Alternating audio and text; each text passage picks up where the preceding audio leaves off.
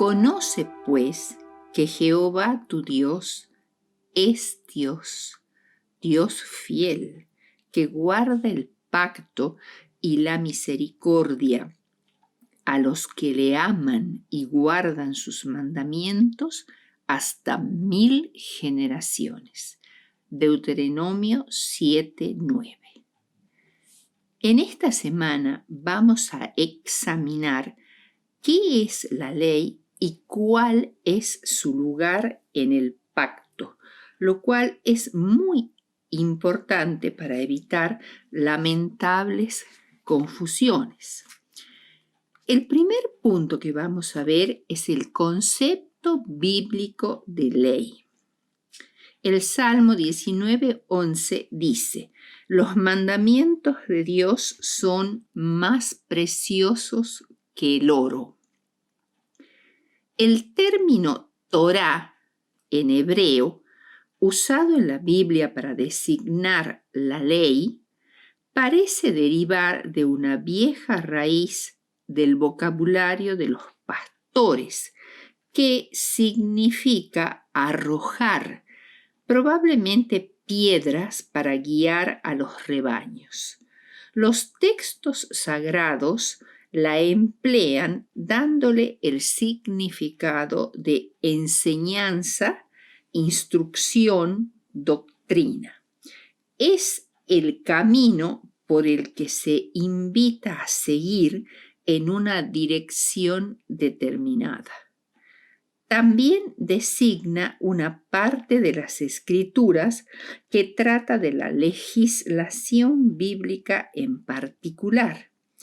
Cuando en el mundo helenístico se traduce Torá por nomos, que significa más bien lo que siempre se había hecho, o ley natural, asume el matiz griego de norma. Y al traducirlo al latín lex, vocablo clave del derecho romano, adquiere un aspecto netamente jurídico.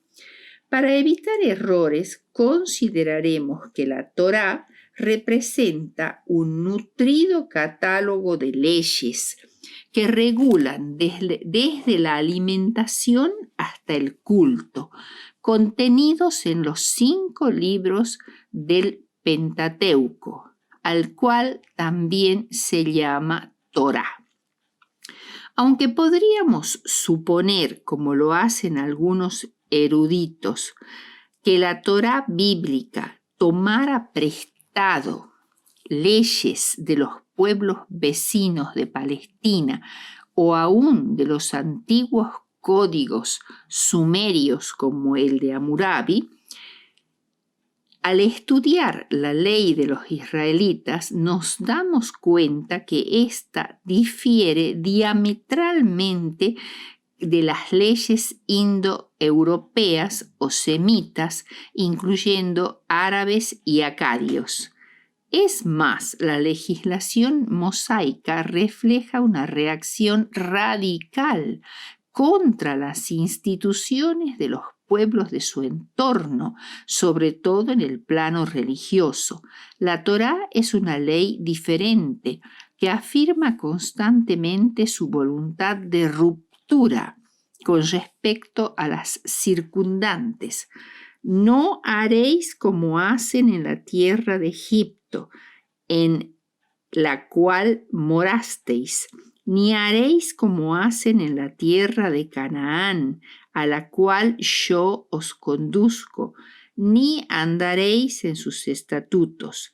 Mis estatutos guardaréis, dice Levítico 18, 3 y 4. La ley bíblica se presenta como un todo recibido por revelación divina y como una serie de aplicaciones concretas referidas a Moisés.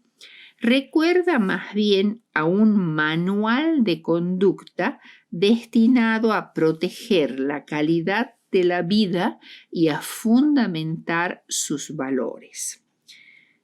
Habiendo dicho esto con respecto al concepto bíblico de la ley, veamos ahora el porqué de la elección de Israel. Deuteronomio 7:7.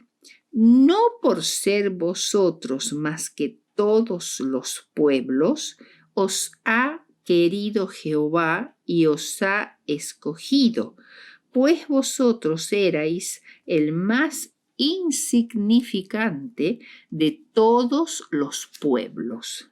La Biblia coloca a Israel en un lugar prominente, en el centro del Antiguo Testamento. Sin embargo, la nación misma fue siempre una entidad de menor cuantía en el antiguo cercano Oriente.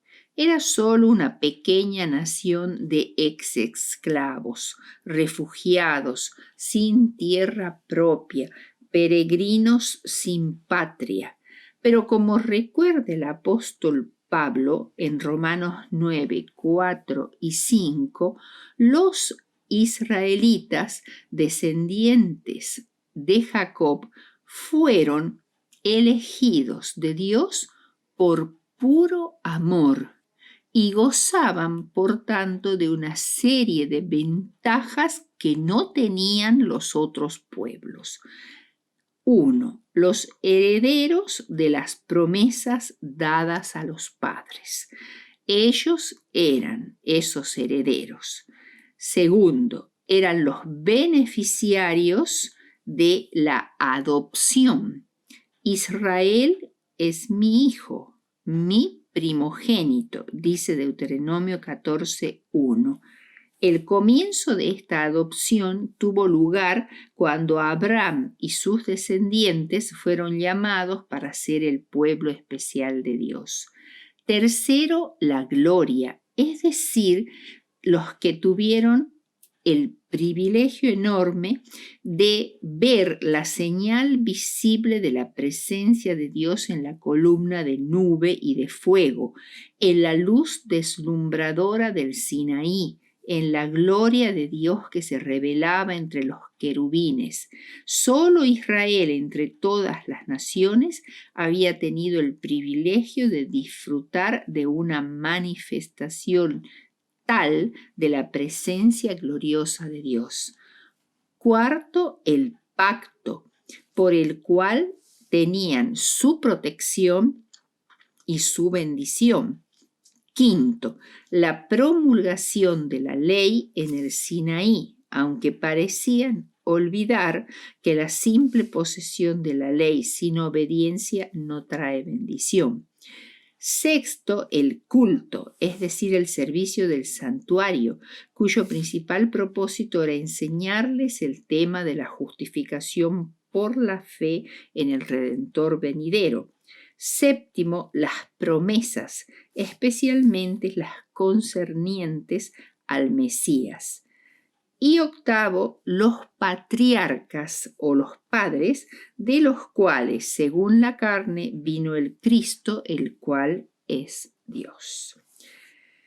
Pero Dios no había escogido a Israel para ser una minoría especial redimida, un club exclusivo y cerrado a todas las otras naciones, sino que fueron elegidos para que fueran sus misioneros para el mundo, para revelar los principios del reino de Dios ante las naciones, para que los hombres fueran atraídos al Señor.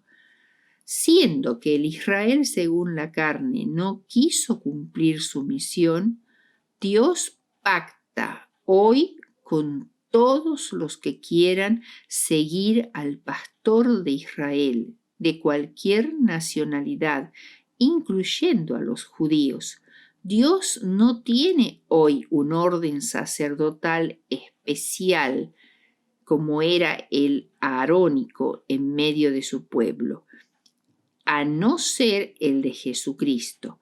Sin embargo, nos vuelve a decir: pero vosotros sois linaje escogido, real sacerdocio, nación santa, pueblo adquirido por Dios, para que anunciéis las virtudes de aquel que os llamó de las tinieblas a su luz admirable. Primera de Pedro 2:9.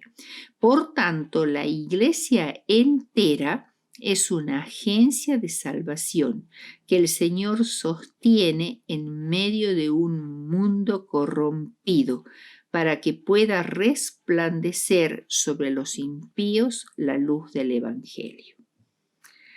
Tercero, ¿cómo se relaciona el pacto con la ley? Y él os anunció su pacto, el cual mandó poner por obra los 10 mandamientos y los escribió en 2 tablas de piedra. Deuteronomio 4:13. Todo pacto, ya sea comercial, político, matrimonial o religioso, debe tener reglas y límites, ya sean expresadas específicamente o tácitamente. Solo así puede mantenerse la relación. La ley se convierte de esta manera en un instrumento que define todas las relaciones dentro del pacto y la comunidad del pacto. En otras palabras, Dios le dice al pueblo de Israel por medio de la ley: estabas oprimido por los faraones, con la soga al cuello en el campo de concentración, haciendo ladrillos a fuerza de latigazos, y yo te he liberado. Ahora vas a ser libre, no solo de los capataces egipcios, sino además de todos tus ídolos, del terror de los espíritus y de los brujos, del miedo a las fuerzas de la naturaleza y de todos los sacrificios para aplacarlas. Dios le da un ideario a un pueblo. Más que una ley, es un ideario, un conjunto de ideales a cumplir. Y ese pueblo es un pueblo ya liberado. Primero lo libera y después le da la ley para llevarlo a una calidad de vida superior, no para hacerle la vida imposible o imponerle una nueva esclavitud. Quien liberó a su pueblo de Egipto quiere, con mayor razón, liberarlo de enredos familiares y de problemas personales. Al darle una ley, Dios ha querido hacer del esclavo un sujeto de derecho. El Decálogo es el texto de una alianza basada en la gracia absoluta de un Dios que desea transformar a los esclavos en herederos. ¿Qué espero de ti?, dice Dios. Los 10 mandamientos. Quisiera que llegues a liberarte no solamente de los faraones, sino también de su ideología. No solamente de los dioses que hasta ahora te han dominado, sino también de las nociones que tú tienes sobre los que te mandan y te gobiernan. No tendrás dioses ajenos delante de mí. No solamente de las realidades que te oprimen, sino de las imágenes que te haces sobre las fuerzas que te oprimen. No te harás imágenes. Conmigo, en vez de hacerte dioses a imagen y semejanza tuya, irás transformándote tú a mi imagen y semejanza. El cuarto punto es la estabilidad de la ley de Dios. Malaquías 3:6 dice: porque yo Jehová no cambio, por esto, hijos de Jacob, no habéis sido consumidos. En la época de Malaquías, el pueblo judío había llegado al colmo de poner en duda la justicia y la santidad de Dios y aún la certeza de un juicio futuro. Declaraban: todo el que hace mal es bueno. ¿Y dónde está el Dios de justicia? Malaquías 2:17. No negaban la existencia de Dios, pero dudaban de que en realidad le preocupara la conducta humana. Su razonamiento era deísta y los paganos tenían un concepto similar de sus dioses. A esto Dios les contesta con Malaquías 3:6. Yo no cambio. El Señor rechaza de plano la acusación de que pasa por alto el mal. La santidad de Dios es eternamente constante e inalterable. Y precisamente porque Dios no cambia, permanecerán sus propósitos eternos para con su pueblo. La ley es una expresión de la voluntad de Dios. Su voluntad y su ley son una sola cosa. Su ley nunca es arbitraria ni está sujeta a caprichos o fantasías. Es la constitución de su gobierno y es la norma u obligación del pacto con su pueblo. Su propósito no es salvar, sino definir nuestro deber hacia Dios y hacia nuestros semejantes. ¿Cuáles son los efectos devastadores de desobedecer la ley de Dios? Los vemos a diario.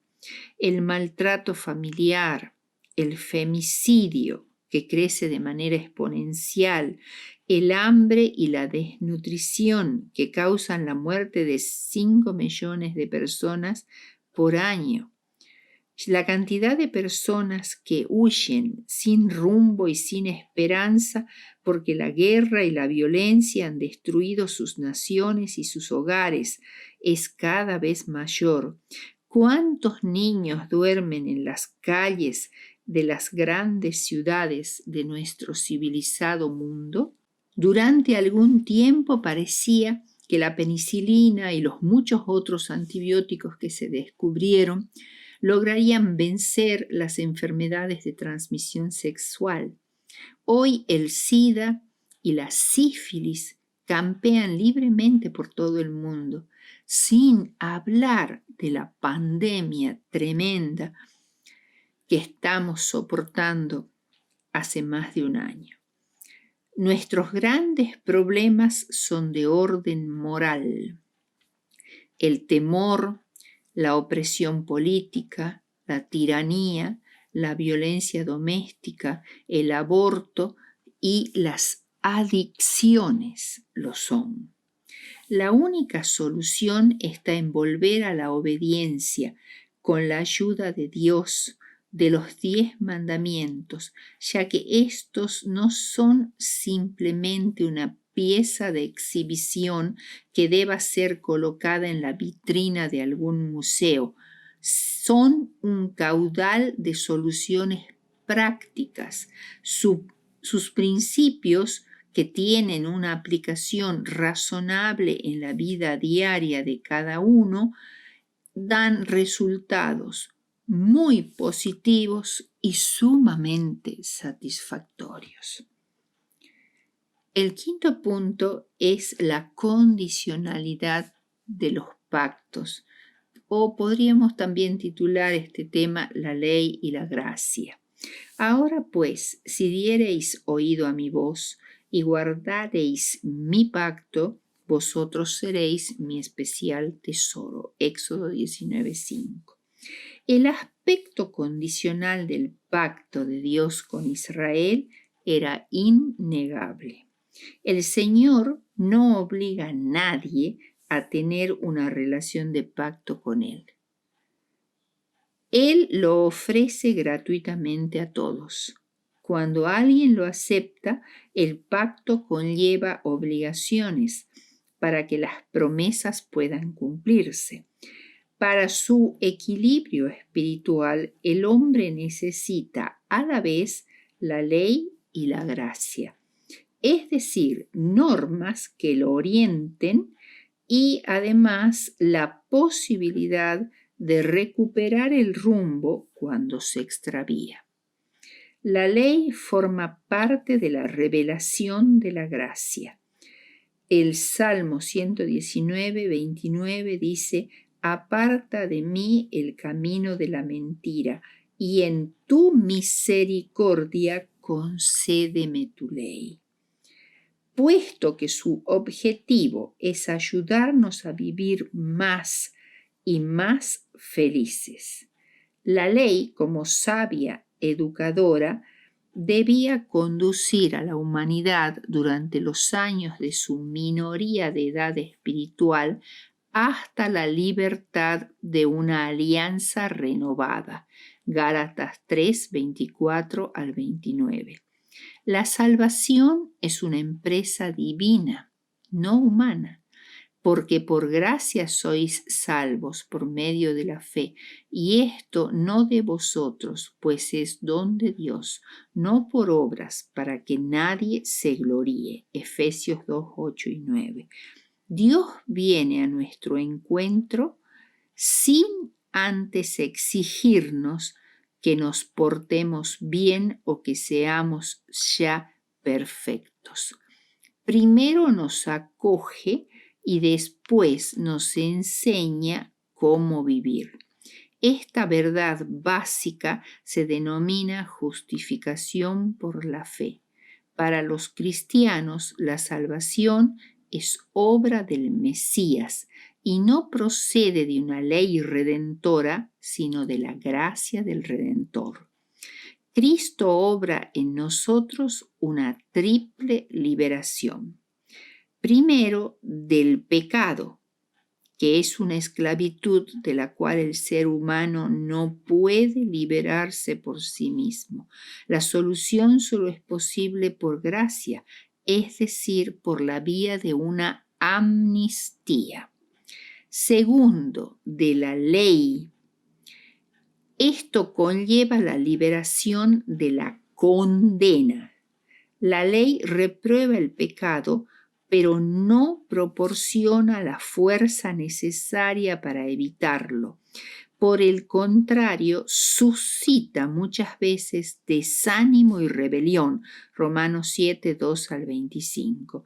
Cristo nos libera simultáneamente de la ley como conciencia de nuestro fracaso, o sea, culpa, y como pretexto de justicia propia, mostrándonos en su gracia la única vía de escape.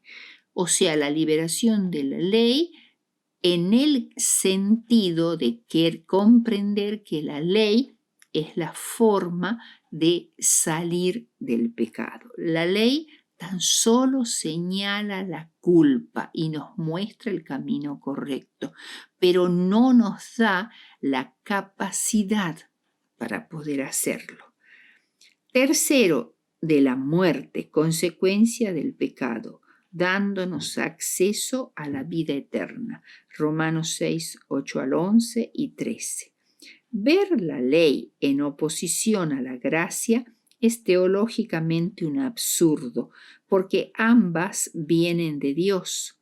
Dios da su ley a su pueblo liberado para ayudarlo a permanecer libre en su camino hacia la tierra prometida y llevarlo cada vez más cerca de su ideal, no para dificultarle la vida e imponerle una nueva esclavitud. La gracia, lejos de oponerse a la ley, nos enseña y nos capacita por medio del Espíritu Santo a vivir en este mundo correctamente para rescatarnos de toda maldad. Tito 2, 11 al 14. En conclusión, El proyecto divino es transformar al ser humano mediante el triunfo del amor. Empleando el lenguaje del Antiguo Testamento, se trata de conseguir la circuncisión de los corazones. ¿De qué corazones? De los corazones avaros de los ricos, de los corazones resentidos de los pobres, de los corazones crueles de los opresores, de los corazones de piedra de los indiferentes, de los corazones enemistados de tantos pueblos. La ley fue dada por medio de Moisés, pero la gracia y la verdad vinieron por medio de Jesucristo. Juan 1:17. Significa que Jesús, mediante su Espíritu, produce en el creyente actitudes que no solo cumplen, sino que hasta superan las exigencias de los mandamientos.